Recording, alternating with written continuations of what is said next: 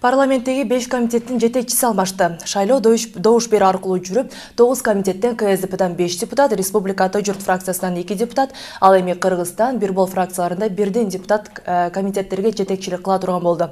Кененирээк кийинки сюжетте сөз болот. Парламент жыйынынын жарымы комитет жетекчилерин шайлоого арналды. Эң оболу шайлоо башталбай жатып, бюджет жана каржы комитетине талапкер Зиятин Жамалдинов өз талапкерлигин алып салды. Анын себебин ал парламентте калыстык болуп, ар бир фракцияга комитеттер тең бөлүшсүн деди. Мен өз талапкерлигимди аламын. Себеби дегенде ушул бизде дагы ушул реалдуу болсун деген айткым келет да жогорку кеңештечи. Мына азыр 2 комитет бар экен.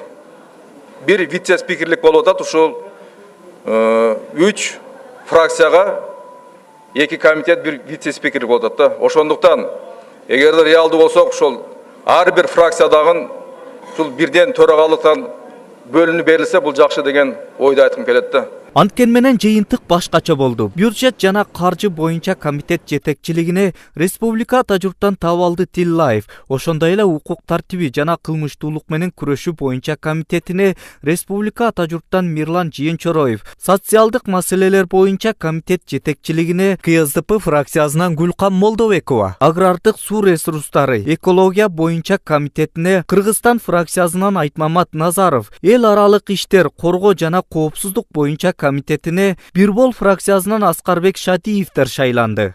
Сиздердин атыңыздардан жана өзүмдүн атыман жаңы шайланган биздин 5 комитеттин төрагаларынын иштерине ийгилик, өздөрүнө чың ден соолук, узун өмүр каалап койгула уруксат этиңиздер. Айрым серепчилер шайлоонун жыйынтыгын алдын ала божомолдоп жүрүшкөн. Ага ылайык оппозициялык азчылыкка тиешелүү комитеттер Республика Ата журт фракциясына тиери айтылып жүргөн. Анткени буга чейин Ата мекен жана Өнүгүү прогресс фракцияларынын лидерлери конституцияны өзгөртүүгө каршы позициялары таасирин тийгизбей койбойт. Ал эми Республика Ата журт фракциясы көп маселелер боюнча КСДП менен пикирлеш болуп келгендиги айтпаса да айкын болчу. Зарылбек Шермамбатов, Руслан Сабатаров, Сентябрь.